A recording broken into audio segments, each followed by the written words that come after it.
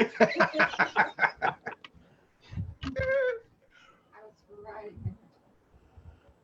might have opened the show. Good evening, ladies and gentlemen. Welcome back to another beautiful week of the Woolen Comedy Club presents the Hickory, the Drunk and Under Quarantine show. We are back with Collen, GW, and myself. No guest this week, unfortunately. The personal assistant, beautiful assistant, says that I am awful at booking. But next week, McTaggart will attack the podcast again.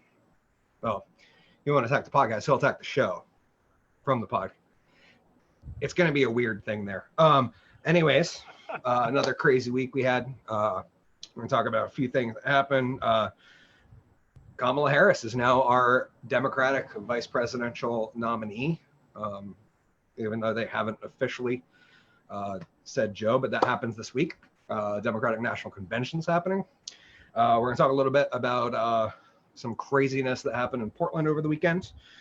And Jamie Lee Curtis says that Trump supporters are stealing mail trucks. So we'll dig into that a little bit as well.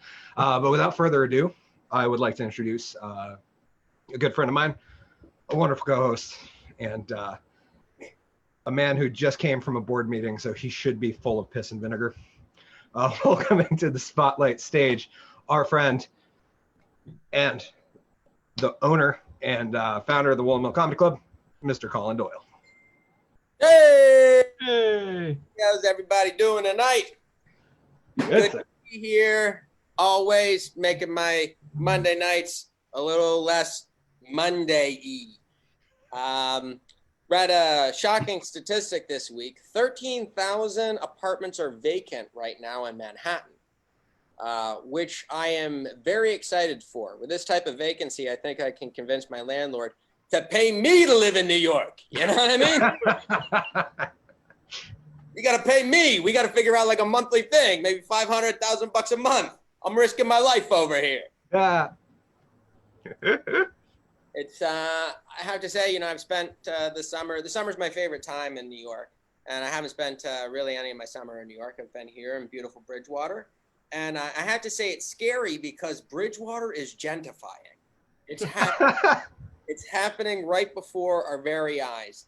I know it was gentrifying when the other day I went by the Bridgewater ballpark and I saw a doubles match being played on the tennis court.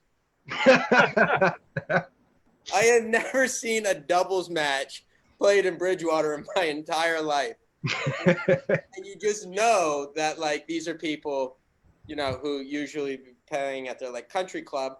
But Bridgewater, we don't have a country club. We got the Bridgewater ballpark. And I'm happy to have that, to be honest. Something else I saw in the news, big news this past week was my ancestry was purchased for apparently billions of dollars, which is like a lot of people are confused by because, of course, they have a lot of people's DNA, which of course can be incriminating if something happens, and et cetera, et cetera, et cetera.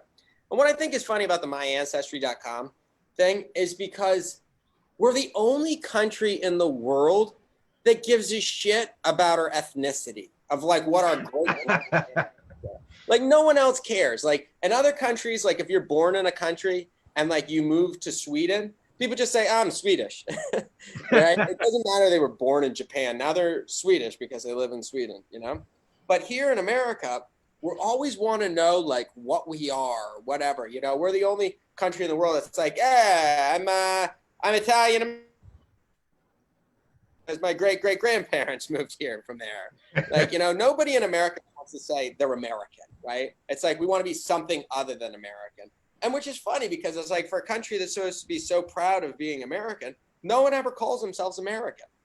No matter how many generations we've been here, no one just wants to say, yeah, I'm American. People are like, I'm, believe it or not, I'm actually an eighth German. I'm an eighth French. I'm a quarter Irish.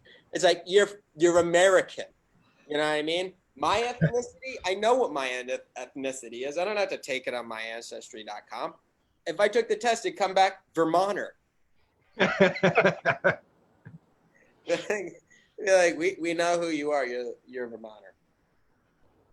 I don't trust mailing my DNA either. That seems like a really crazy thing to do.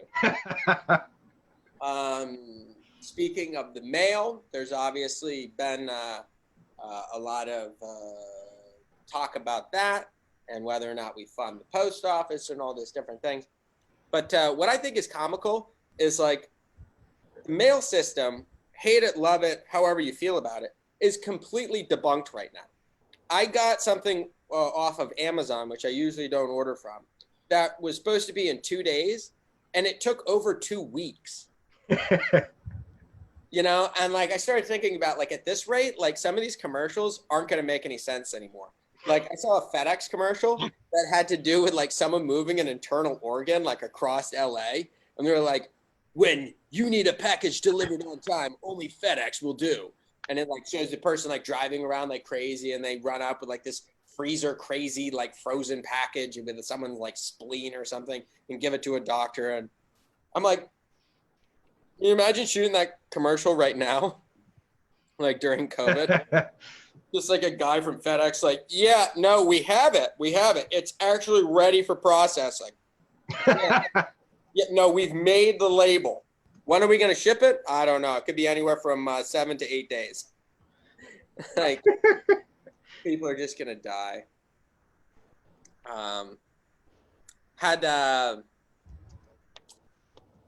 a thought the other day about the airports. You know, it's funny because like whenever I travel, the thing that always surprises me the most is the duty free and like the outrageous companies that like try to sell stuff at like duty free, like Prada and Gucci and Rolex. And like I kind of understand the idea of like being able to purchase something without like a sales tax, but we do that all the time in New Hampshire. And it's like if you're like buying something like from the airport, I can't imagine like a Rolex being like an impulse buy. You know what I mean? Yeah. All of a sudden someone being like, wow, that's a beautiful watch. And be like, yeah, thanks. I got it at duty free, actually. I only had 15 minutes before flights. And I was like, do I want to go to Rolex or Jamba Juice? Well, I decided to go for the 21,000 on the Rolex.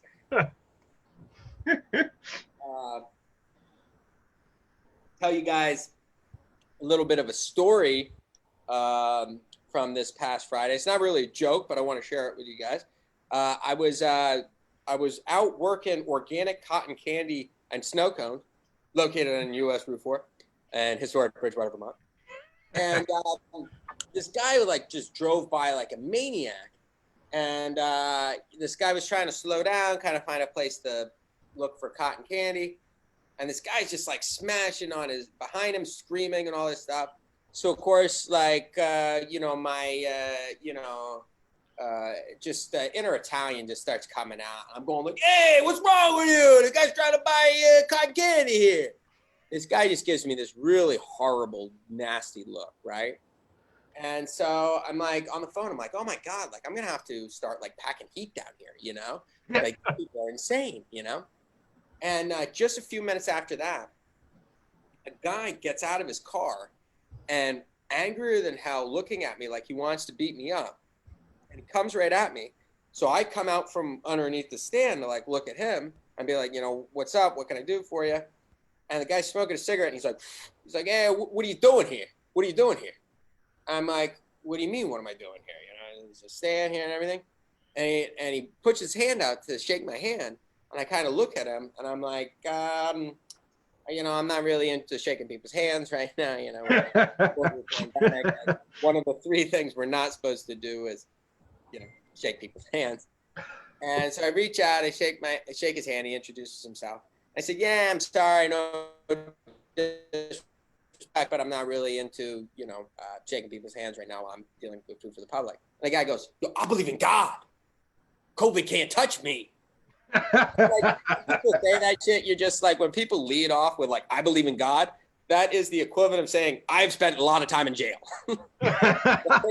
like that is what that means, you know? And so I'm like, you know, okay. And he tells me, he's like, I do security in New York and New Jersey. So in my head, I'm like, that's good. He's employed. And he's like, for high-stakes poker games. And I'm like, highly illegal employment. And so as he's saying that, this car that he gets out of just drives off. So it's just the two of us standing on the side of the road alone. And I'm like, this guy's here to mug me, you know? So I'm like standing there, like, where's the car going? He goes, oh, they're going to go, they need to go get a car. They were in a car. And then in the car. And then he's like, my kid wants a snow cone. And I'm like, okay. So I go over and get the people's order. They don't quite seem to have enough money to pay for either a snow cone or cotton candy. But I'm like, yeah, that's close enough. Just give me the money. So I take the money, I go over. And I'm like, at this point, I'm like, holy shit, this is actually happening. Like, this guy is totally insane. I'm by myself. No one's around. What is going on? So I try to make the things. I bring him back to him. And as I'm trying to make the things, the guy leans his head in the window and goes, I've already beat the shit out of 15 people. Only 5 have been reported. And in which case, you know, I'm thinking in my head, boy, you don't want to know how number 16 ends. I gotta be honest with you. 16 is way worse than 1 through 15. And it probably also won't be reported, you know? So then I go over, I give him this thing, and the guys leave, right? But I couldn't figure out really, like, A, why he would boast that he's gone around and mugged like 15 people. Only 5 have been reported. B means like, how are you like really reporting those things? You like, you know, like how good is your like fact checking on the situation? Are you also part of like the police department as well as like security for highly illegal poker games? And there was a C to this. Oh yeah, I hope that cocksucker dies. Because, you know, I'm like sitting there like, you know, like this is the world we're living in right now, you know, where we're you know, we have to worry about these things apparently. And the one thing that I was you know, kind of made me feel a little bit better is that if I did die, my eulogy would be really easy to write, because it would just be like, Collen died doing what he loved, scooping snow cones next to Route 4 and spinning cotton candy. So sorry to disappoint. I'm still here and breathing without any new wounds. And I'm going to kick it over to you, GW. How's your week been? My week has been shit, man. I've realized I have plenty of free time on my hands, so that means that there's a lot of napping and masturbating. Which, you know, when you have an apartment to yourself for 8 hours a day, there's only so much you can do to fill your time. And jerking off is just one of those things where the more you do it, the more time you have to waste.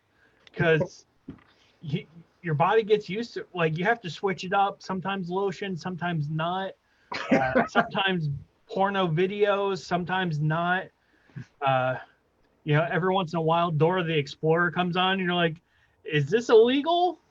I feel like this could be illegal. I've been watching a lot of television lately, which has not been good. I was pissed. Okay. This is what pissed me off. Brian Posehn, the comedian, was on Worst Cooks in America, Celebrity Edition on the Food Network. And I love Brian. I think he's really funny. And bearded, glass-wearing guys need to stick together. Amen. And the wife told me about the show. She's like, let's watch this. And I was super pumped because I was like, yes, one of my favorite comics is on this fucking second show and he gets dismissed.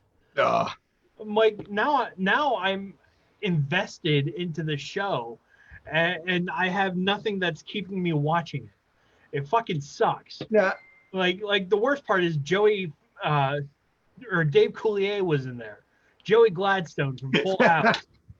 And which, by the way, how much of a fuck up do you have to be in life for Alanis Morissette to write a song about you?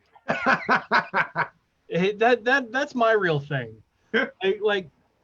Just seeing him on the show made me be like, I would write a couple of bad songs about you. Like, you're annoying as fuck. Like, I couldn't imagine being married to a guy like that. Like, and I'm a stand-up comic. Like, I know I make jokes and say ridiculous shit all the time, but at least I'm not doing it like Foghorn Leghorn. Oh man. I'm still pantsless, guys. Good on me. Like it was close. I almost threw some pants on earlier, and I was like, no, it's Monday. If I stay like this, I'm gonna ruin my streak. So technically, I'm wearing cargo shorts, but you can see my calves. So, by the way, I think my calves are like my defining feature. Like like how people are like, oh, my butt or my eyes. It's my calves.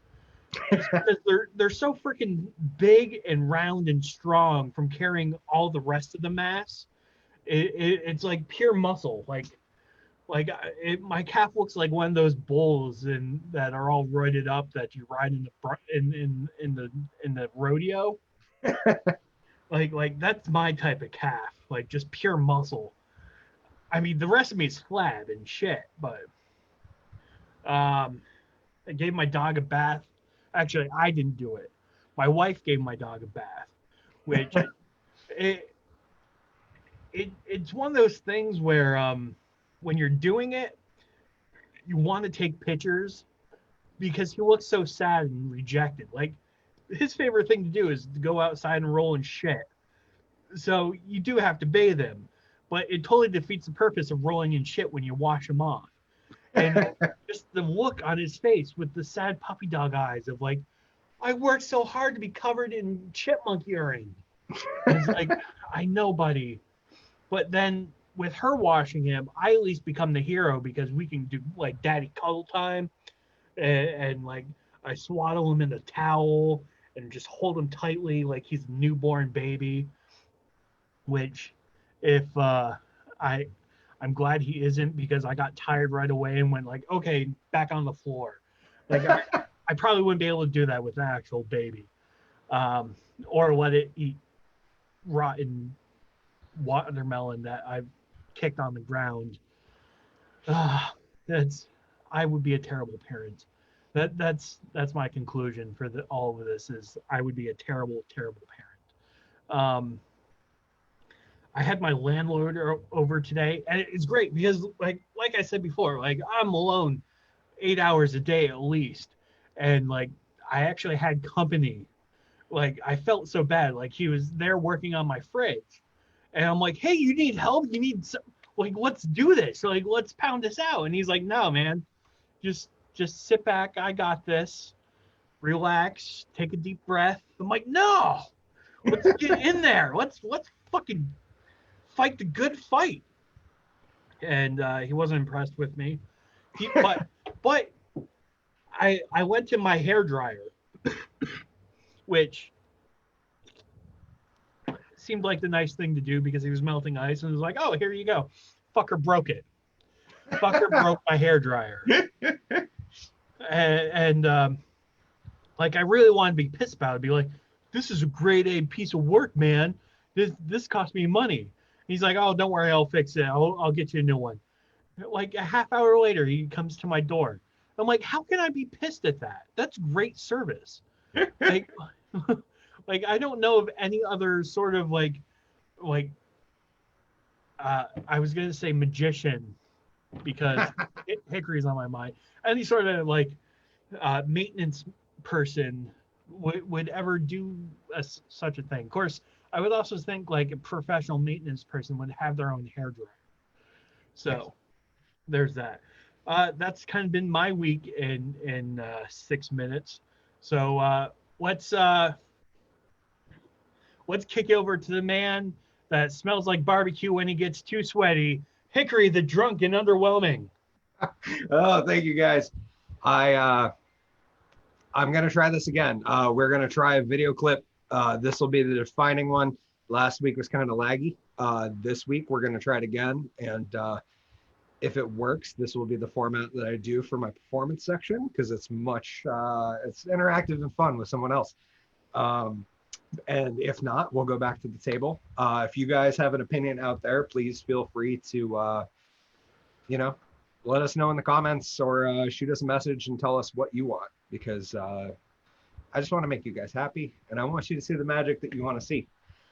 So what we're going to roll is a clip of me playing with my balls.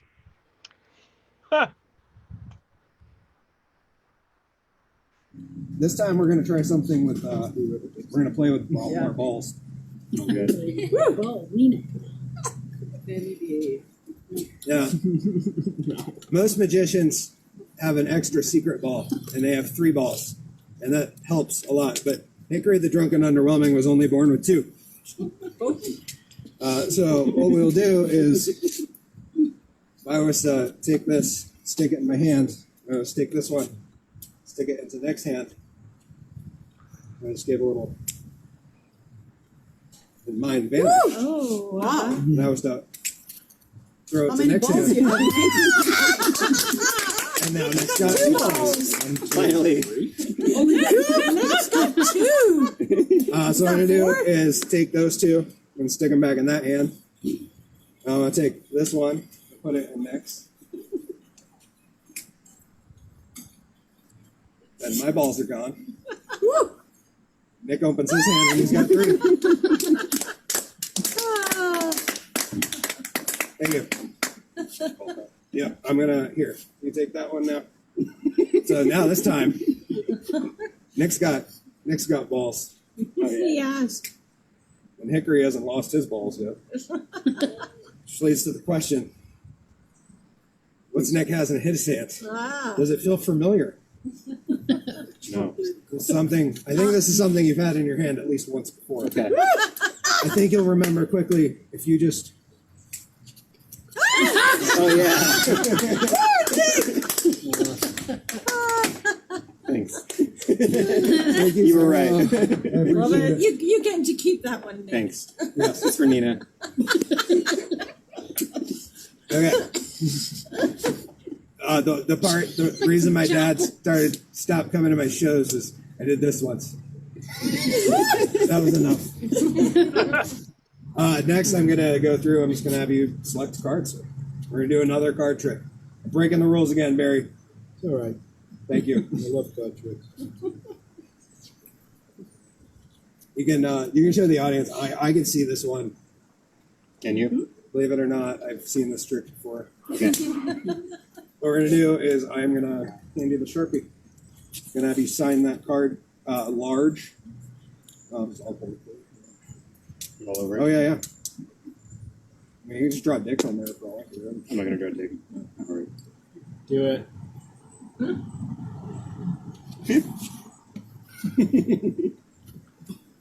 Oh, I blew on the card. That's like the anti-COVID thing. Okay. What we're going to do is take that card. Normally, I'd have you put it between your teeth, but that's kind of weird. So I think I will ask you to take out your pocket knife. This way we can do this like social distance style. Camera not out. And so I'm just going to take the next card down, which is a 2.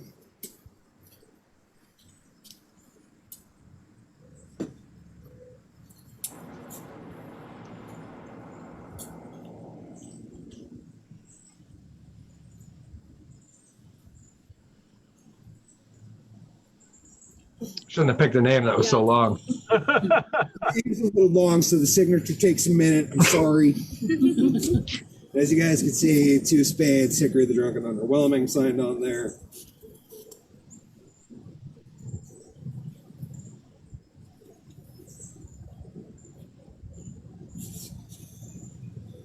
And normally what we would do is put this in our teeth, and we'd hold hands and have like a moment. But since social distancing is a thing, what we're going to do is just kind of just hold it out like turn it around. Just gonna touch tips a little. Tips. There you Read knock up.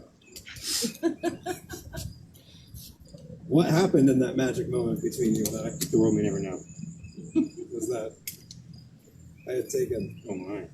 Oh my. Next card. Oh shit.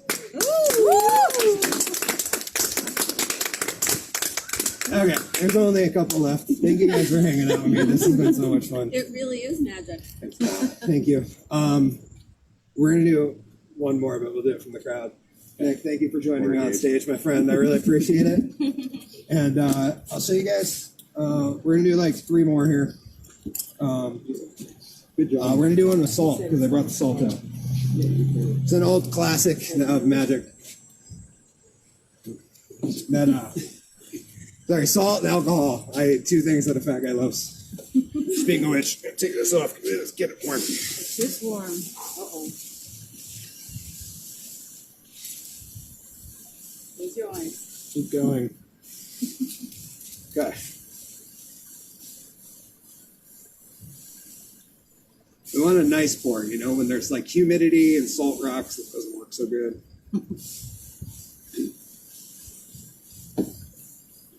This works.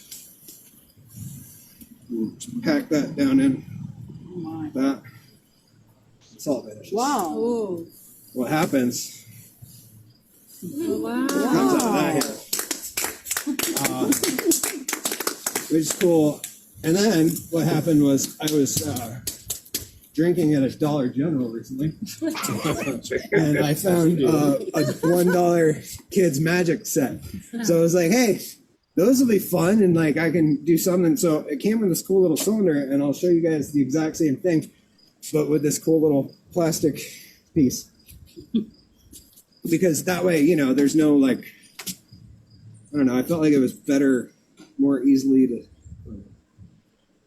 As I said, I was drinking in a Dollar General. Don't judge me. I am but a magician. You can put the cap on there. We'll take the cap off.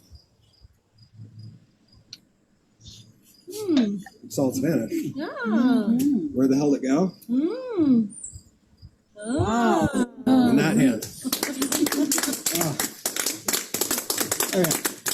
I'm gonna do one last one. Finish this out. Now this is a cool trick. This one was made famous by a magician that most of you might be familiar with. His name is David Copperfield. And that's how low on the totem he is now that I'm doing tricks he used to do.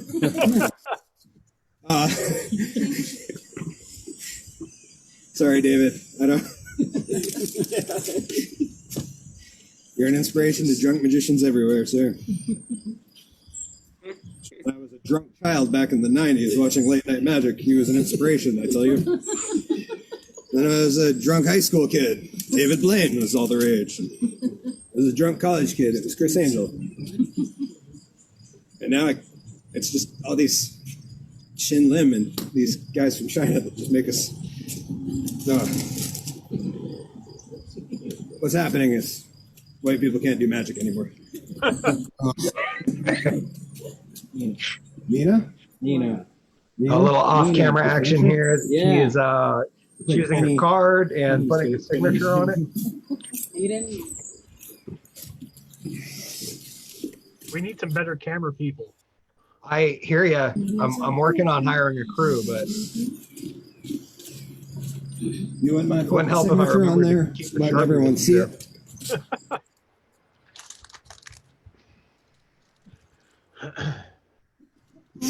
What did you say? Okay, so you cannot see it, right? Well, I'm going to see it because I'm going to put it back in the bag.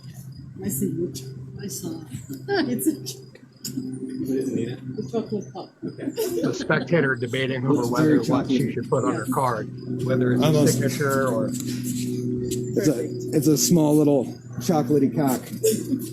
Our new. Seems to be the theme of the day. It is. Slide that down into the middle there. And next, I'm going to reach in my pocket. Oh, tell my beautiful assistant knows we're in there. What we have is some balloons, or in the industry, as we like to refer to them as clown condoms.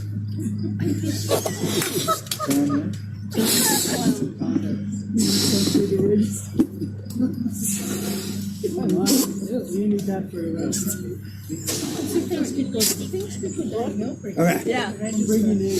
Yeah. So what we're gonna do is I'm gonna put this here deck of cards in this balloon. You guys ready? Yep.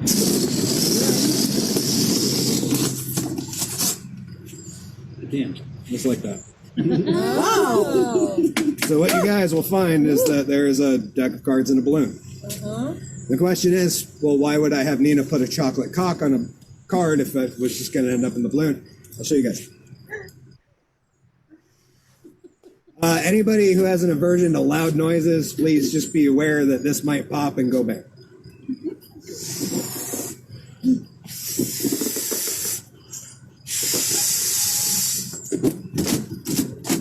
As you guys can see, there's clearly a deck of cards inside of the balloon. It's going to happen. I'm going to reach in there.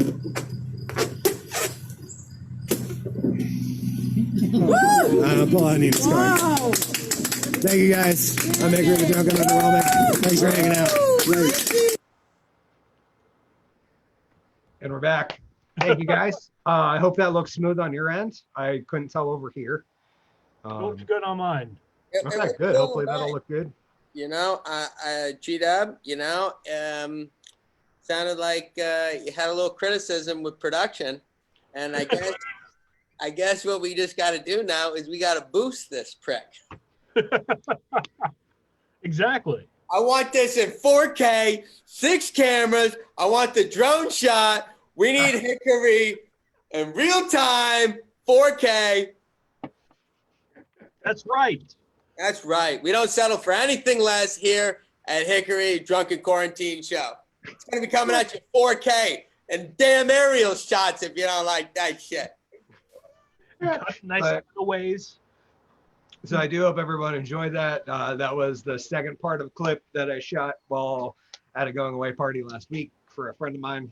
And it was cool just to, show my friends who haven't seen any performance other than online. I got to stand on somebody's porch and have people, 10 feet away and show them some stuff. And it was really cool. It's very jealousing to hear the laughter in the background. I understand, my friend. Believe me, it took me back. It was, Is that what that noise was? I haven't heard that in so long. What's that, laughter? I feel like only when I watch sitcoms are the time that I catch any laughter anymore. The damn laugh track. I apologize for making all those promises. I don't think we can offer the show in 4K in the near future. I just want a pan. Just give me a pan. That's all I want. Who knows? Who knows what the future holds? Maybe we will have. Maybe we will, actually. That might not have been as outrageous as it seemed. So as we move into the topics of the week, before we get in there, I wanted to mention, Colin, you mentioned DNA. And I had been thinking about that recently as well. And I wondered what happens when we get to the point where, just like with video now, they have these things called deep fakes, right? Where they create videos of people that look 100% legit, sound legit, but are 100% fake. They did it. There's a really great one where it's a clip from The Shining of Jack Nicholson doing his famous bit, and they actually imposed Jim Carrey's face over Nicholson's, and it's like flawless. Like it looks like they reshot with Jim Carrey scenes of The Shining. So the question is, when DNA technology gets there, right, and we can replicate that, like what happens to the legal system in this world? We completely have to kind of discredit DNA. And the same thing, my friend Evan Ferrante, who's the most probably successful Tom Cruise impersonator in the world, is of course you know him. He beat me in a competition. But if you Google Evan Ferrante deepfake Tom Cruise, he applies a Tom Cruise deepfake on top of his Tom Cruise impression. Oh, wow. The thing that they're having trouble with is actually replicating the voice. And so if you have an impersonator who can naturally do the voice, and then you put the image on top of it, it's like, forget about it. It's just spot on.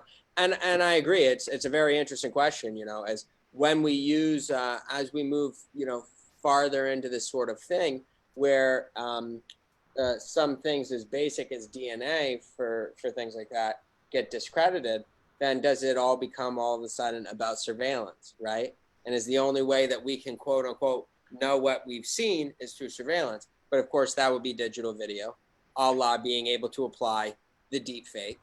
Mm-hmm. And one of the other things that is alarming that people, may or may not consider is that everywhere we go now, whether we like it or not, things like Google Maps and all these other things keep very accurate records of where we go, where we stop, where we park, where we live, where we work. And if you know someone's pattern, like this is stuff that people used to pay PIs good money for. Yep. This used to be a guy driving around in like a van with binoculars, like, he goes to work at 9 a.m. You know what I mean? Now it's like if you, and I'm not smart enough to do it, but if you could figure out all of this information on anybody, it becomes pretty simple to either think that you could, either frame someone for something that they didn't commit, or potentially hurt someone before they realize that whatever, that you're aware of all these things. So I think the compilation of all of it basically ends up leading us in a direction of you're fucked. What do you think, G-Dubs? Where's the future lead for us with not being able to trust videos, DNA, audio? I mean, I don't trust that shit now. Okay, that's here's the thing, like you may have a video of me peeing in a public park, but there's enough reasonable doubt that says maybe that's not him. There's a lot of people that look like me, sitting with two gingers with glasses and a weight problem. Like there's whole countries devoted to people looking like me. The problem is when you were shaking your penis and you said, Foley kills. Hey, I'm pretty sure that's how GW finishes every time. Yeah. Yes, right after I climax, Foley kills. Yeah. Let me get you a towel. Other topics we want to talk about. Kamala Harris is our vice presidential pick. No matter who thought that would or would not happen. I wanted to ask you guys your opinion. It seems strange to me that we're in a point where we've got riots and protests and all sorts of civil unrest going across the country to defund the police, and we happen to pick like the head DA for California as the vice presidential nominee. It just seemed like a strange pick. I thought I might grab your guys' hot takes on it. This week. Here's my thing with it. How shitty does it have to be Kamala Harris? Because Joe Biden didn't say I want the most articulate, well-spoken person that is the most qualified to be my vice president pick. He goes, I want some black chick. I'm paraphrasing, but that he went out and said, I want a woman of color. Yep. And so that's all she's gonna be known as. Oh, you're the minority pick. And it's not that she has qualifications to be the actual vice president, which I disagree with a lot of her positions. She's still more qualified than I am. But that's just shitty, just to be like, oh yeah, I want a person. I almost said color person. I can see Joe Biden saying that. Hey, that is a weird. The fact that people of color is acceptable, and the flip-flop version is not. I'm having a hard time keeping up on what's acceptable anymore, G-Dubs. But just the whole like, I want a POC woman. Like, great. That's the only thing that you want for a vice president pick. The person who is gonna be the president after you die in office because you're fucking 90 years old. like the guaranteed like money in the bag. We don't want someone who's like has like qualifications up the wazoo. We just want a woman of color. Like that's such a shitty thing to say for women or for people of color. I don't know. I'm kind of rambling here, but Oh, I would wholeheartedly agree. Colin, your hot take? Yeah, I mean, as you guys all know, I get my news here at an underwhelming show. So I am Hickory the drunk and uninformed this hour. That's the just hearing this news now. Congratulations. You said it was Kamala Harris. yes, Kamala. That was actually an Kamala. issue this past week with Kamala. people mispronunciating the name. Kamala, making a note of that. Yeah, it's like comma. Okay, very Kamala. good. Got that note down. So Kamala, congratulations. I think that this is a wonderful addition to the Biden campaign. Don't know what you stand for, who you are, or what you done. Fact that she was a district attorney, according to this program, makes me think that, yeah, she's probably a hard ass. She's probably someone who's put a lot of people away for a very long time. So welcome to a very high position of power. Can't wait for you to arrest us all. As far as Biden dying in office, we got an over/under right now going 8 out of 10. We'll be placing bets at the end of the night. And as far as this pick goes, what I don't understand is how do you wait till this point in the game to have a bloody pick? It's like Biden was making this to be like some secret thing, like, oh, it's going to be a woman. Ooh, maybe it's going to be a black woman. It's like, is it going to be this one, the one black woman who might be the vice president? What I don't understand is like the indifference in voters. You know what I mean? Like, I know whether or not I like someone or I don't like someone quite quickly. You know what I mean? It doesn't take me years to figure out who I'm going to vote for. But I have a little quick clip that I'd like to show right here that I found last night from a documentary on Netflix called Fear New York, which is about the mob in New York, right? Who was also had a tough-ass Giuliani. Here we go.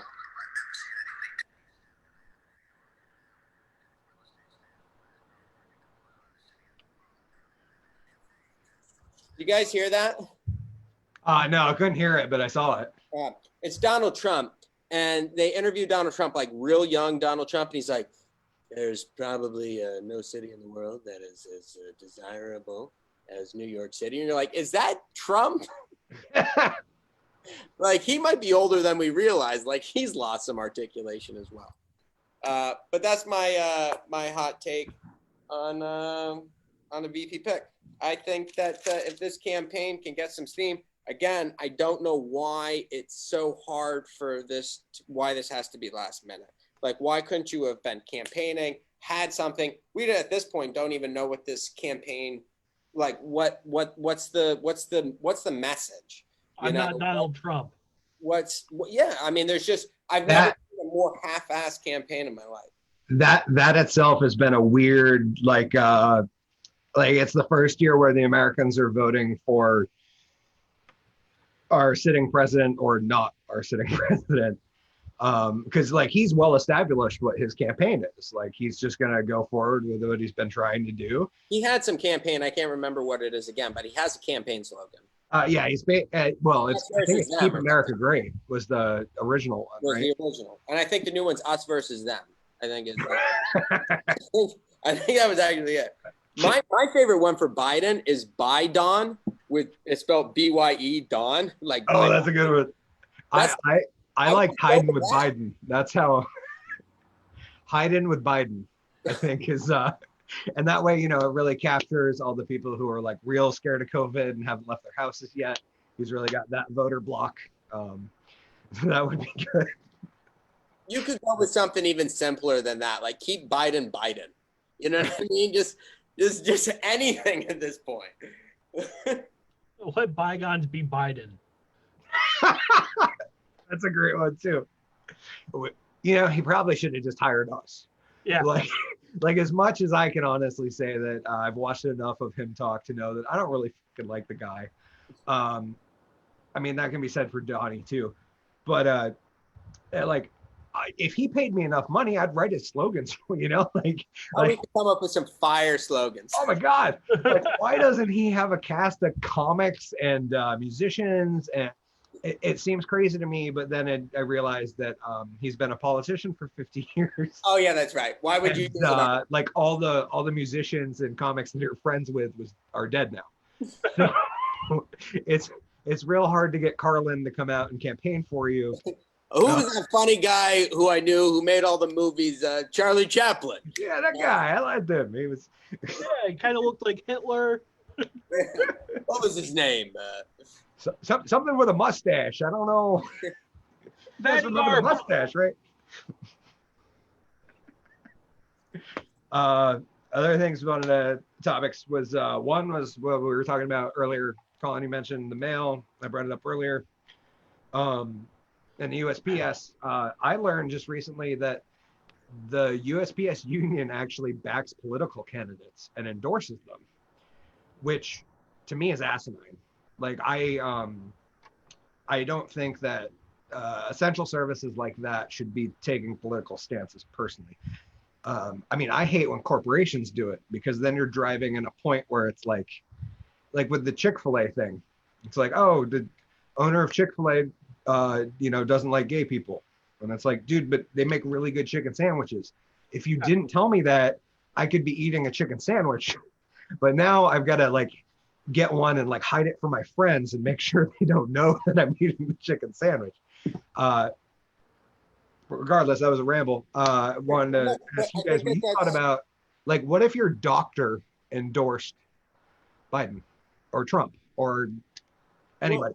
Well, I think that like the Michael Jordan documentary had a thing where early on in his career, they wanted Jordan to back up a candidate from North Carolina who was a black either incumbent or someone running.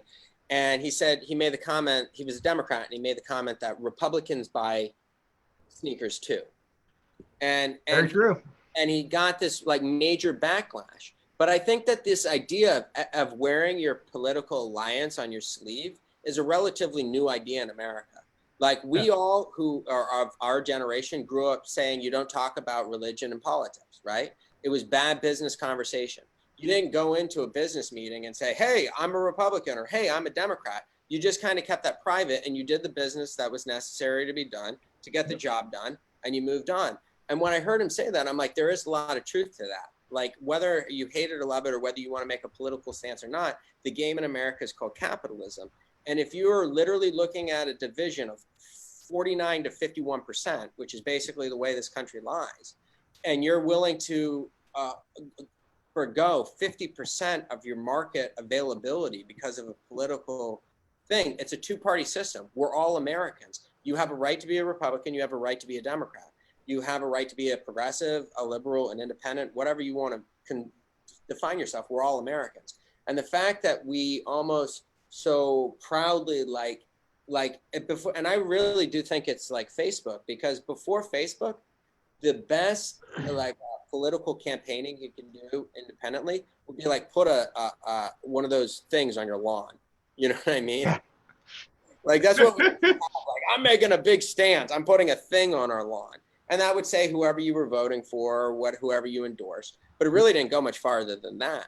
Now we're able to make these political comments, and I'm guilty of it as myself, as even you start with an obligation now to be like, I'm going to post this shit against them by the opponent, or I'm going to say this. And so we're campaigning basically for people all of the time. And that never used to be the case. Agreed. I saw a recent poll from Gallup said that 62% of Americans are afraid to express their political opinions. And part of that has to do with the current cancel culture push that's been going on. G-Dubs, your thoughts? I'm one of those people, man. Like, I believe in like some revolutionary stuff, like, like gay marriage. It's what made me laugh about that is like how that was super revolutionary 10 years ago, and now nobody gives a shit. Yeah, It's just like, oh yeah, whatever. Republicans don't care. That's good. But it's always one of those things where like you just I hate the fact, like, I would love to share like my political beliefs with people, and like I'm still a firm proponent of third party voting. That's as far as I'll take it. But like I like to tell people, hey, there's other options other than Trump or Biden, and that's always been my stance ever since I first started voting. Is there's other people that have great ideas out there, that have great principles, that aren't stuck with the lesser of two evils, and even when I do those opinions, like, so not Howie Long, that's the football player, Howie Hawkins, the Green Party candidate. Oh yeah.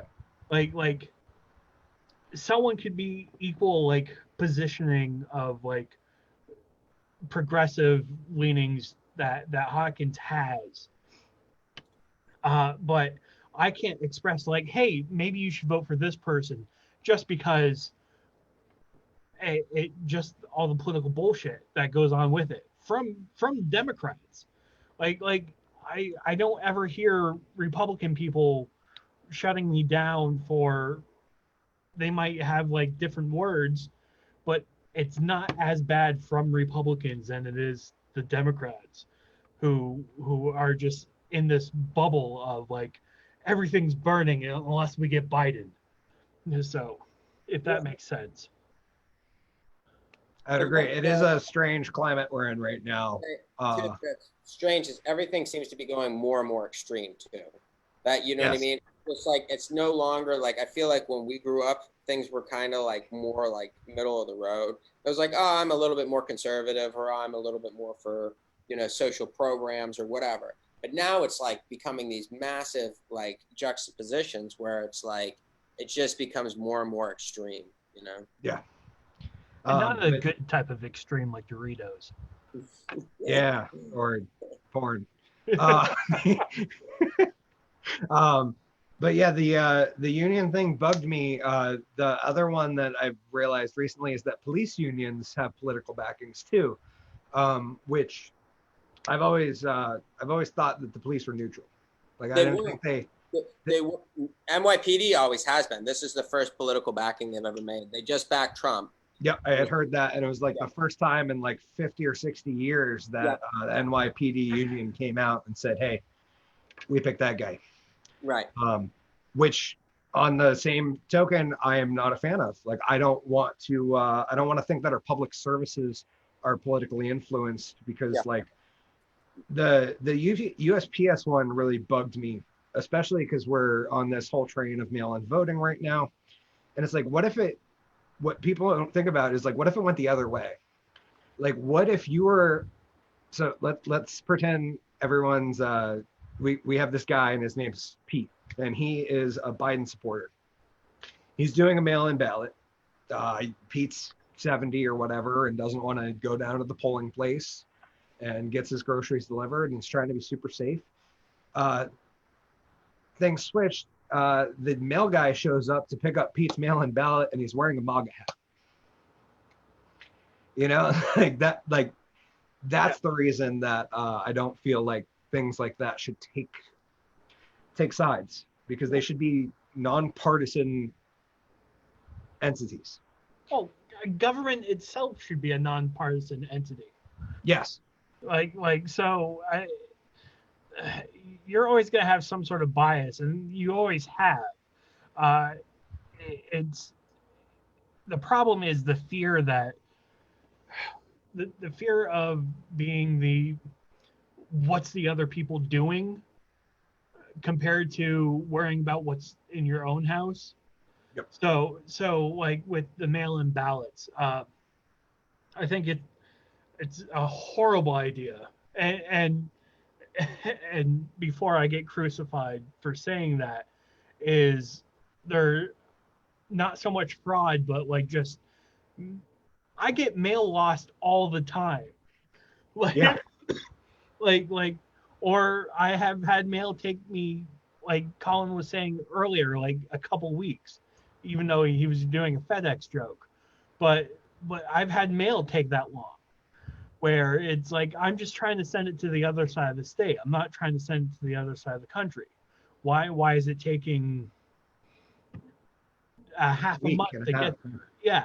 And so what happens when I cast my ballot, mail it in? Oh, it's a ballot, but it has to be there by a certain date or it doesn't count. Like, what happens then? Like, my vote's thrown out.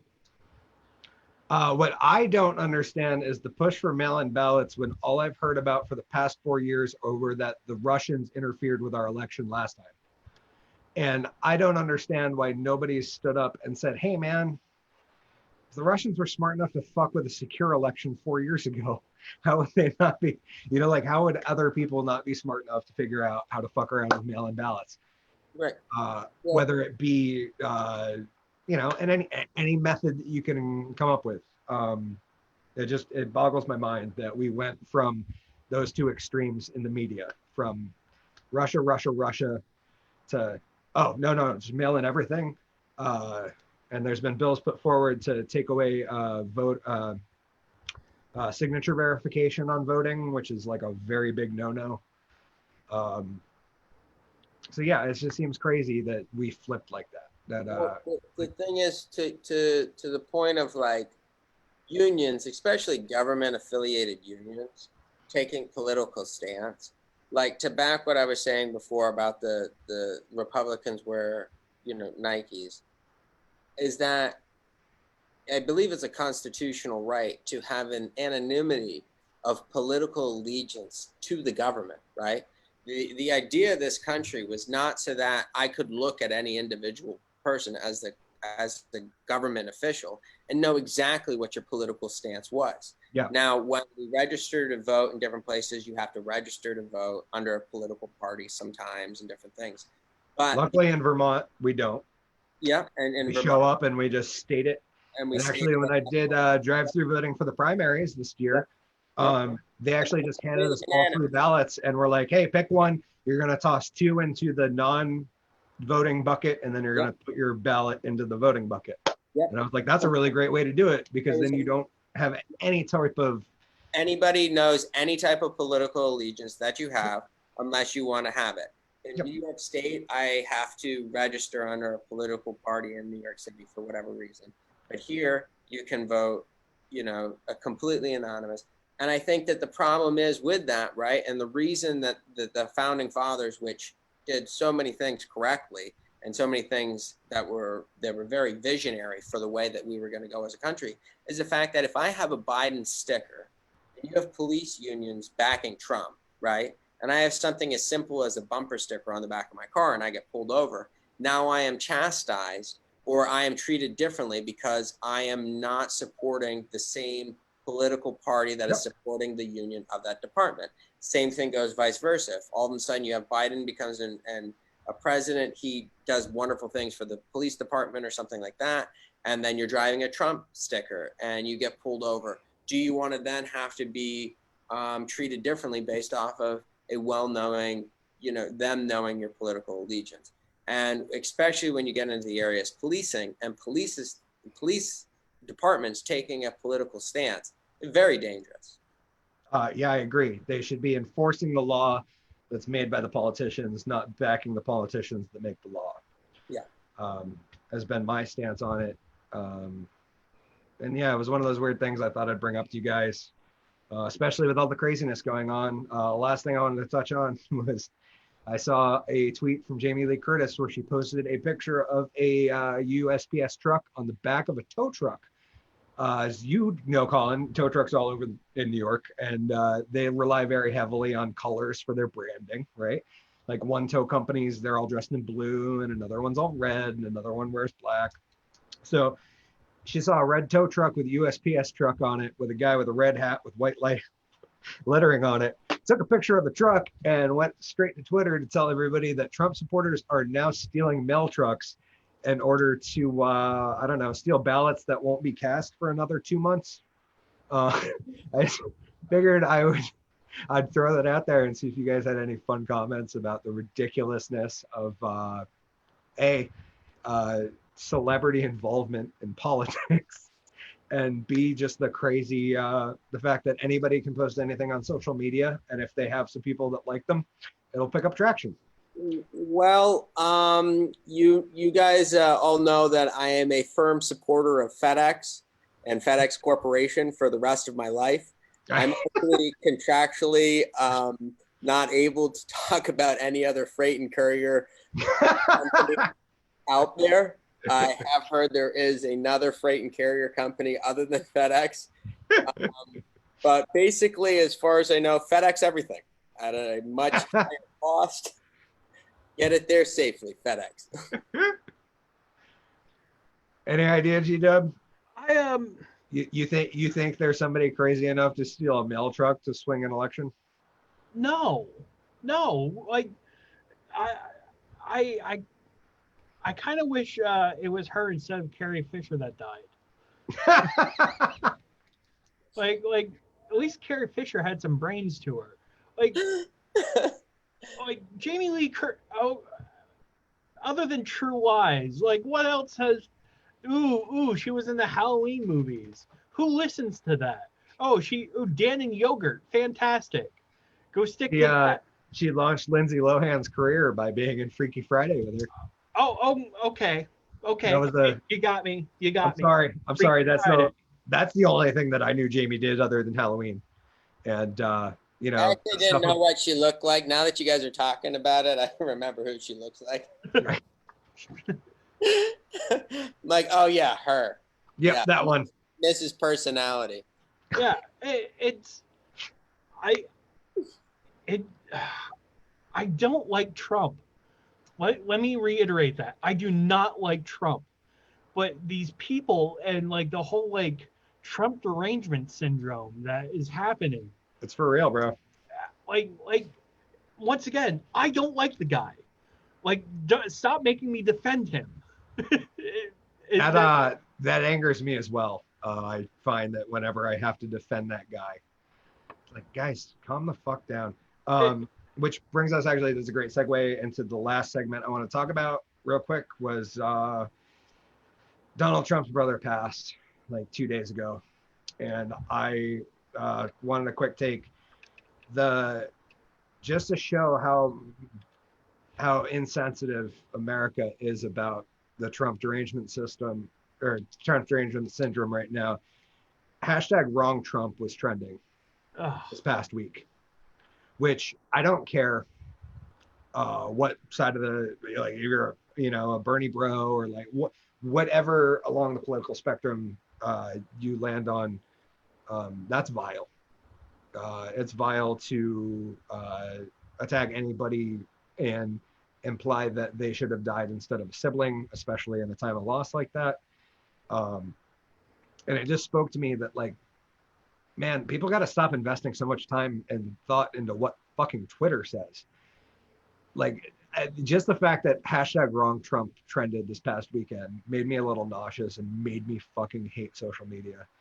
And I wanted to grab your guys' opinion on that because like it angered me. And I very rarely get angry about political things. It's just, it is what it is. And I'll vote how I'll vote, and it's going to land how it lands. But that one pissed me off. And I wanted to end on that one and see what you guys thought about the current social media climate. Well, follow me on Twitter at Foley Kills. And on Parler, in case he gets booted off Twitter. Yes. It's the same thing with, like, back when Trump was elected and everyone was going after his kid Barron. Yep.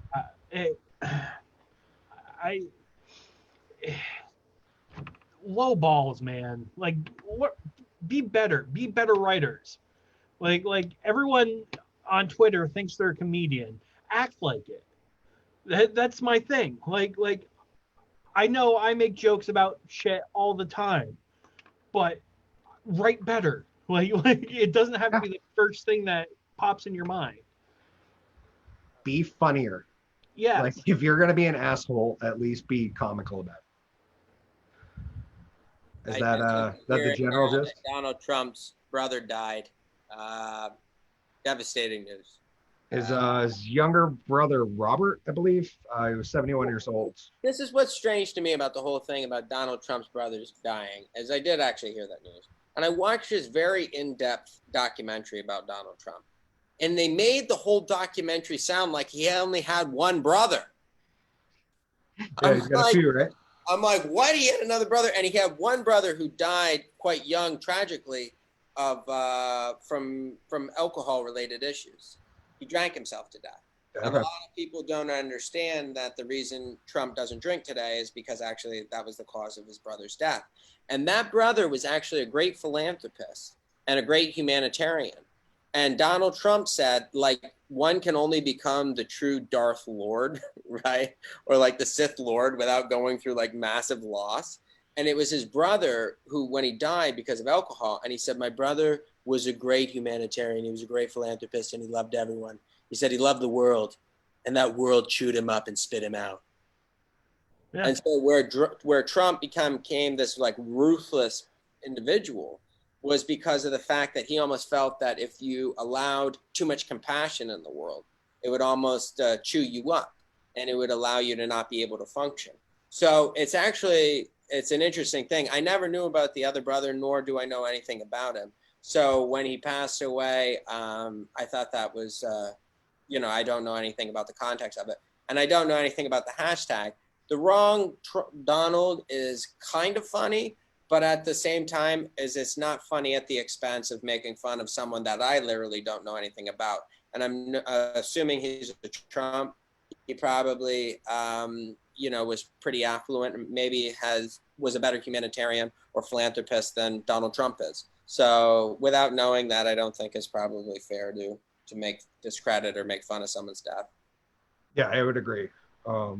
It's one thing when it's your fault or something like that, because that does happen where deaths happen and it's the fault of the person that dies. Right.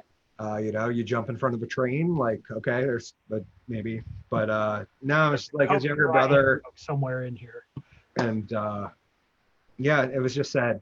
On that, sorry to leave the show on a sad note, but any last minute things you guys need to get off your chest before next week, before McTaggart attacks the Drunken Underwhelming show? Find me on social media. Yes, at Twitter, on Parler. Yes. Instagram. Nice. God, I need to widen my social media base. I'm really bad about it. I have a Facebook page. It's been how many weeks, and every time I play in, I get nothing. Well, maybe we'll have to start a Parler revolution, sir. Yes. Hashtag comics of Parler. Oh, sorry, Colin. I was just going to say, this was a fun week, guys. Yes, thank you. It was good to have just the three of us. I apologize for underbooking, but it's always good just catching up and enjoying our Mondays together.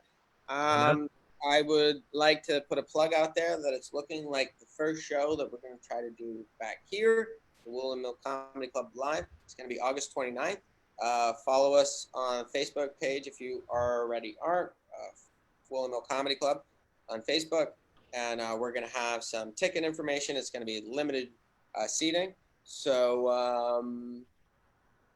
follow us there, and we'll figure out if we can try to get you to come in here if you're interested in enjoying some live comedy.